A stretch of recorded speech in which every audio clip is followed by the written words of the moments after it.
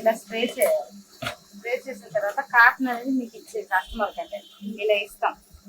ఇలా ఉన్న cotton 3 inches ఇలా తుంపాలి. ఇలా తుంపిన తర్వాత ఈ పీస్ ఉంది కదా, ఇక్కడే పట్టుకోవాలి, ఇక్కడ పట్టుకోవాలి. ఇలానే తీయాలి, ఇలానే తీయాలి. మళ్ళీ ఒకసారి చెక్ చేసుకోవాలి. ఇలానే తీయాలి.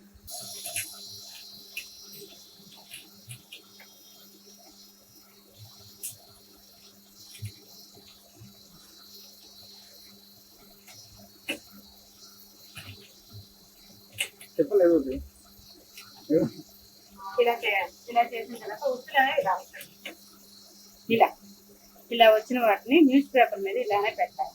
ఆరిన తర్వాత గుడ్డ తీసుకొని రబ్బర్ బ్యాండ్ వేసేయాలి. ఓకేనా? ఇలా అంటే ఒక పందికి అలా ఏం లేదు మేడం, కౌంటింగ్ ఏం లేదు. ఇలా చేయాలి.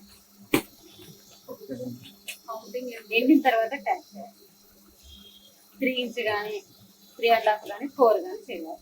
అంతకన్నా తక్కువ చేయదు, అంతకన్నా ఎక్కువ చేయదు.